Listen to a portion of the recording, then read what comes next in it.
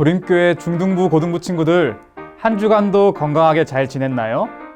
벌써 겨울이 끝나가고 따뜻한 봄을 맞이하고 있습니다. 이처럼 추웠던 우리의 신앙과 마음, 삶도 이전과 다르게 따뜻해져 가기를 간절히 소망합니다. 우리 다 함께 2월 마지막 주 사순절 둘째 주일 예배를 하나님께 드리도록 하겠습니다. 사도신경으로 우리의 신앙을 고백하도록 하겠습니다. 나는 전능하신 아버지 하나님, 천지의 창조주를 믿습니다. 나는 그의 유일하신 아들, 우리 주 예수 그리스도를 믿습니다. 그는 성령으로 잉태되어 동정녀 마리아에게서 나시고 본디오 빌라도에게 고난을 받아 십자가에 못 박혀 죽으시고 장사된 지 사흘 만에 죽은 자 가운데서 다시 살아나셨으며 하늘에 오르시어 전능하신 아버지 하나님 우편에 앉아 계시다가 거기로부터 살아있는 자와 죽은 자를 심판하러 오십니다. 나는 성령을 믿으며 거룩한 공교회와 성도의 교제와 죄를 용서받는 것과 몸의 부활과 영생을 믿습니다. 아멘. 예배를 위해 기도해 주시겠습니다. 기도드리시겠습니다. 사랑이 많으신 하나님 아버지, 한 주간 저희 삶에 찾아오셔서 저희를 지켜주시고 보호해주심에 감사합니다. 이번 주에 새학기가 시작되어 코로나로 학교로 나가는 친구들이 많습니다. 주님께서 코로나 바이러스로부터 친구들을 지켜주세요. 또한 예배 자리에 다시 참석할 수 있도록 종식될 수 있도록 도와주세요. 예수님의 이름으로 기도드립니다. 아멘. 오늘 우리에게 주시는 하나님의 말씀은 누가복음 2장 48절부터 52절 말씀입니다. 말씀 봉독하겠습니다. 그의 부모가 보고 놀라며 그의 어머니는 이르되 아이야 어찌하여 우리에게 이렇게 하였느냐 보라 내 아버지와 내가 근심하여 너를 찾았노라. 예수께서 이르시되 어찌하여 나를 찾으셨나이까 내가 내 아버지 집에 있어야 될 줄을 알지 못하셨나이까 하시니 그 부모가 그가 하실 말씀을 깨닫지 못하더라. 예수께서 함께 내려가사 나사렛에 이르러 순종하여 받으시더라. 그 어머니는 이 모든 말을 마음에 드니라. 예수는 지혜와 키가 자라가며 하나님과 사람에게 더욱 사랑스러워 가시더라. 아멘. 봄이 오는 이 길목에 서 있는 우리 모두에게 따스한 주님의 평강과 은혜가 가득 넘치기를 간절히 바랍니다. 오늘은 누가복음 두 번째 시간으로 예수님은 12살이라는 제목으로 함께 하나님이 주시는 은혜를 묵상하고 나누고자 합니다.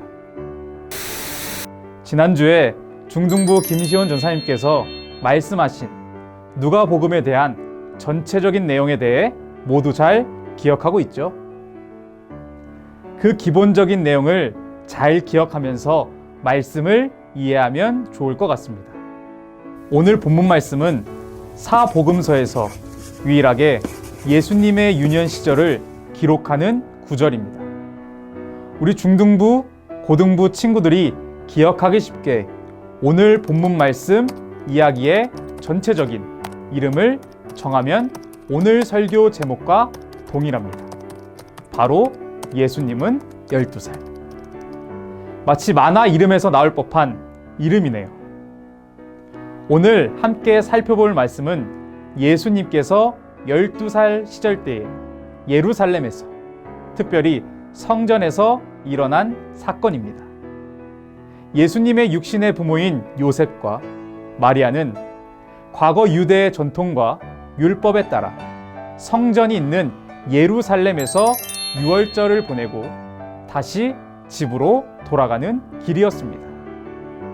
그러나 이 부부는 12살인 예수님께서 그들과 함께 돌아가고 있지 않다는 사실을 알지 못했습니다. 그러다가 하루 길을 꼬박 가서야 자신의 아들이 함께 집으로 가고 있지 않았다는 사실을 알게 되죠. 그때서야 요셉과 마리아는 다시 예루살렘으로 돌아가게 됩니다.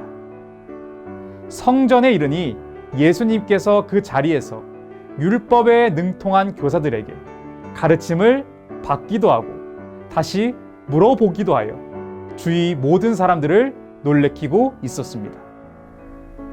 이에 마리아는 12살 예수님에게 걱정하며 어디 있었냐며 찾았다고 말을 건넸습니다.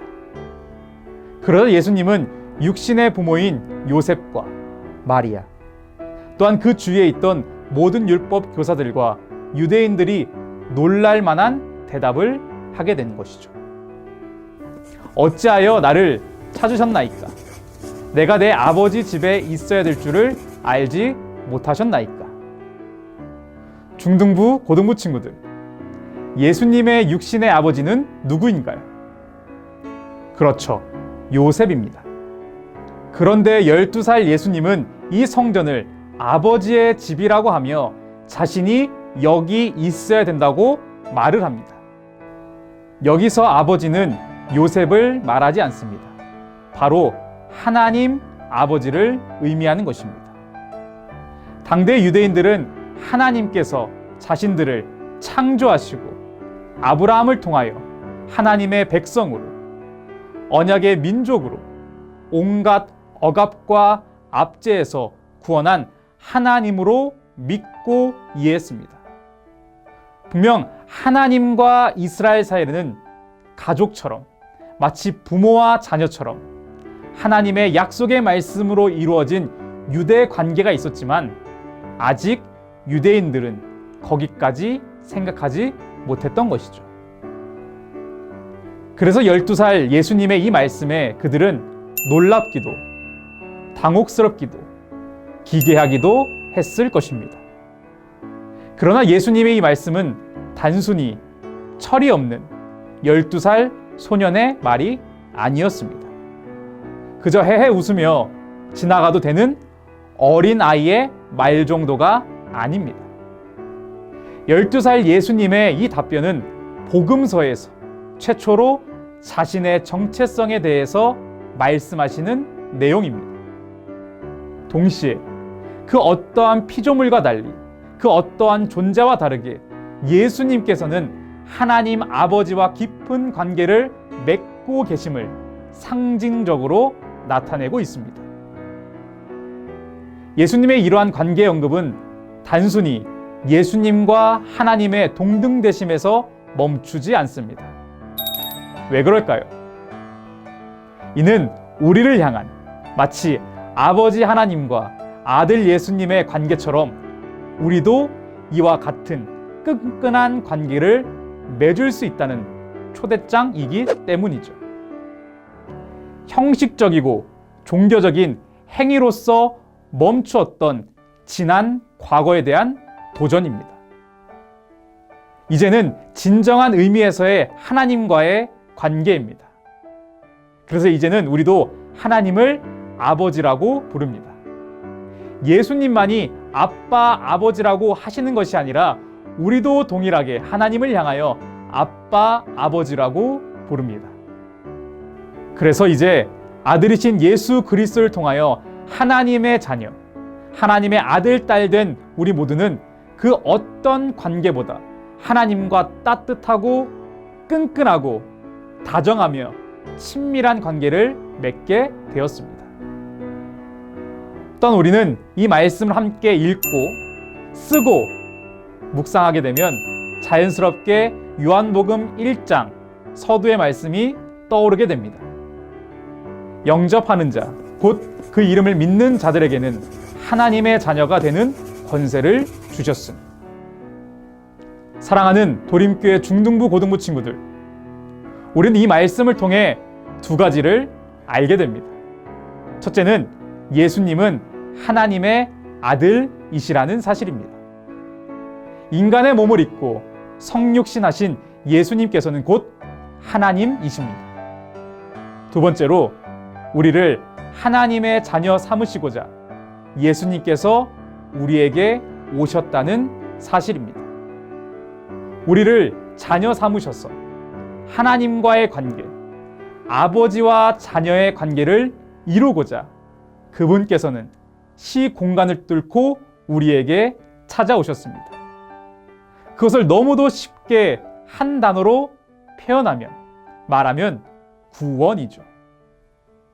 분명 우리의 얕은 지식과 생각, 경험으로는 12살 소년이 무엇을 할 수 있겠어?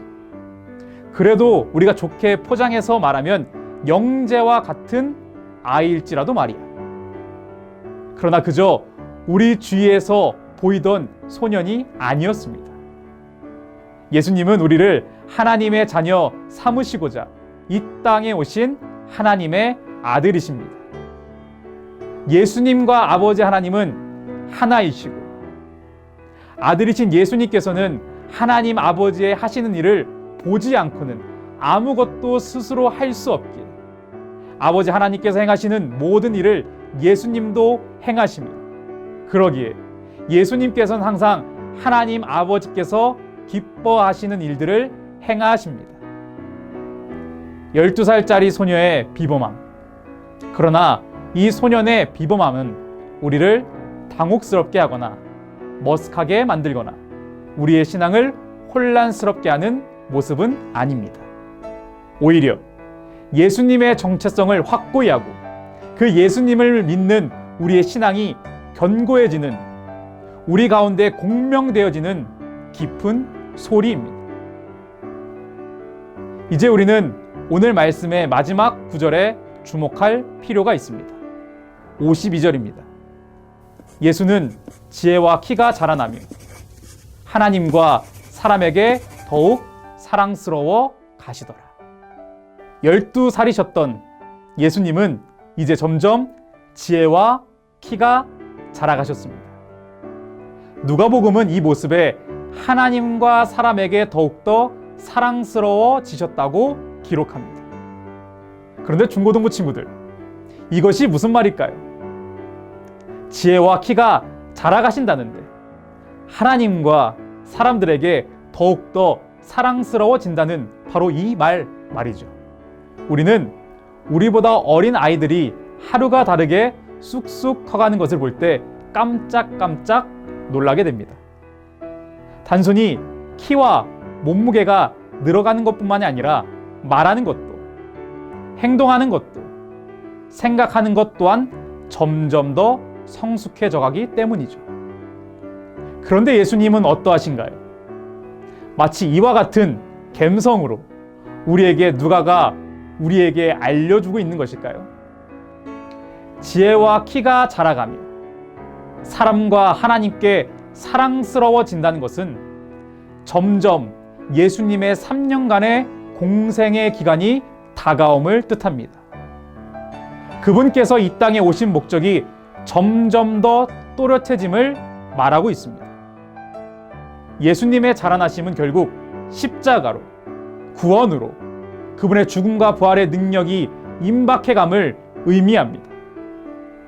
그래서 사랑스러워진다는 것은 하나님의 진정한 사랑에 더욱더 가까워지고 또한 그 참 사랑이 우리에게 더욱더 다가오고 있다는 말이 되는 것이죠. 사순절 둘째 주일을 보내는 도림교회 중등부 고등부 친구들, 12살 예수님께서 점점 자라나심이 그분의 구원의 사역에 점점 더 가까워지는 것처럼 예수님이 여러분에게 점점 더 가까워지고 있습니까? 그 사랑이 점점 내게 크게 다가오고 있나요? 사순절 둘째 주간을 맞이하며 보내는 우리 모두에게 작고 희미하게 느꼈던 예수님이 더 크고 더 소중하게 다가오게 되기를 간절히 바랍니다. 그러므로 하나님을 아버지라 부를 수 있는 이 큰 복을 순간순간 기쁨으로 누릴 수 있게 되기를 주님의 이름으로 축복합니다. 기도하겠습니다. 하나님 감사합니다. 사순절 둘째 주간을 보내는 우리의 마음과 삶의 중심에 하나님의 아들로 오신 예수님, 우리를 자녀 삼고자 이 땅에 오신 예수님, 그 참된 의미를 되뇌이며 살아갈 수 있는 믿음을 허락하여 주옵소서. 예수님의 이름으로 기도드립니다. 아멘. 우리 함께 주기도문으로 예배를 마치도록 하겠습니다. 하늘에 계신 우리 아버지, 아버지의 이름을 거룩하게 하시며 아버지의 나라가 오게 하시며 아버지의 뜻이 하늘에서와 같이 땅에서 이루어지게 하소서. 오늘 우리에게 일용할 양식을 주시고 우리가 우리에게 잘못한 사람을 용서하여 준 것 같이 우리 죄를 용서하여 주시고 우리를 시험에 빠지지 않게 하시고 악에서 구하소서. 나라와 권능과 영광이 영원히 아버지의 것입니다. 아멘. 도림교회 중고등부 친구들 안녕. 2021년 2월 넷째 주 광고를 전해드리겠습니다. 우리 중등부 고등부 예배는 당분간 영상 예배로 드려집니다. 별도의 공지가 있을 때까지 영상으로 예배를 드리니 현장 예배와 동일한 마음으로 예배 드리는 우리 모두가 되기를 바랍니다. 대표 기도와 성경 봉독을 희망하는 친구들은 각 반 사님들께 꼭 말씀드려주세요. 중등부 고등부는 누가복음 쓰다라는 필사책과 함께 말씀을 묵상하고 그 은혜를 나누고 있습니다. 매주 정해진 분량에 따라 쓴 친구들에게는 별 1개를 드리고 영상으로 보여지는 것처럼 소정의 선물을 드릴 예정이니 적극적으로 참여할 수 있는 우리 모두 되었으면 좋겠습니다. 이번 주 필사할 부분은 누가복음 2장 말씀 전체입니다. 필사책 16쪽부터 21쪽까지입니다. 친구들, 오늘은 중요한 광고가 있어요. 4월 첫째 주일은 예수님께서 부활하신 부활절입니다. 부활절을 기대하며 교회 학교에서 2가지 이벤트를 준비하고 있어요. 첫 번째 프로그램은 계란 원정대. 2월 28일부터 3월 14일까지 담임 선생님께 우리 교회 영상 예배와 관련된 사연을 보내주세요. 사연을 보내준 모든 친구들에게는 기프티콘 선물을 드립니다. 또한 베스트 사연으로 채택된 친구에게는 직접 계란과 선물을 전달하러 찾아갈 거예요. 우리 친구들 모두 잊지 말고 3월 14일까지 사연을 꼭 보내주세요.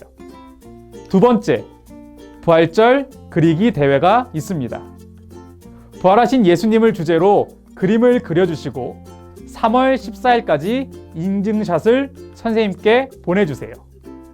1등, 2등, 3등을 한 친구들에게는 선물을 보내드립니다. 또한 우리 부서에서 1등, 우리 중등부, 고등부 각각 부서에서 1등 한 친구의 작품은 부활절에 교회 본당에 전시될 예정이에요. 자, 여기서 끝이 아니에요. 우리 도림교회 성도님들이 그 작품 중에서 또 1등, 2등, 3등을 뽑아주실 거예요. 최종적으로 뽑힌 친구들에게는 더 좋은 선물을 드릴 예정입니다. 우리 친구들 모두 예수님의 부활을 축하하고 기대하는 마음으로 함께 참여해주세요. 우리 중등부, 고등부 친구들 사순절 둘째 주 은혜롭게 보내고 다음 주에 만나요. 유바!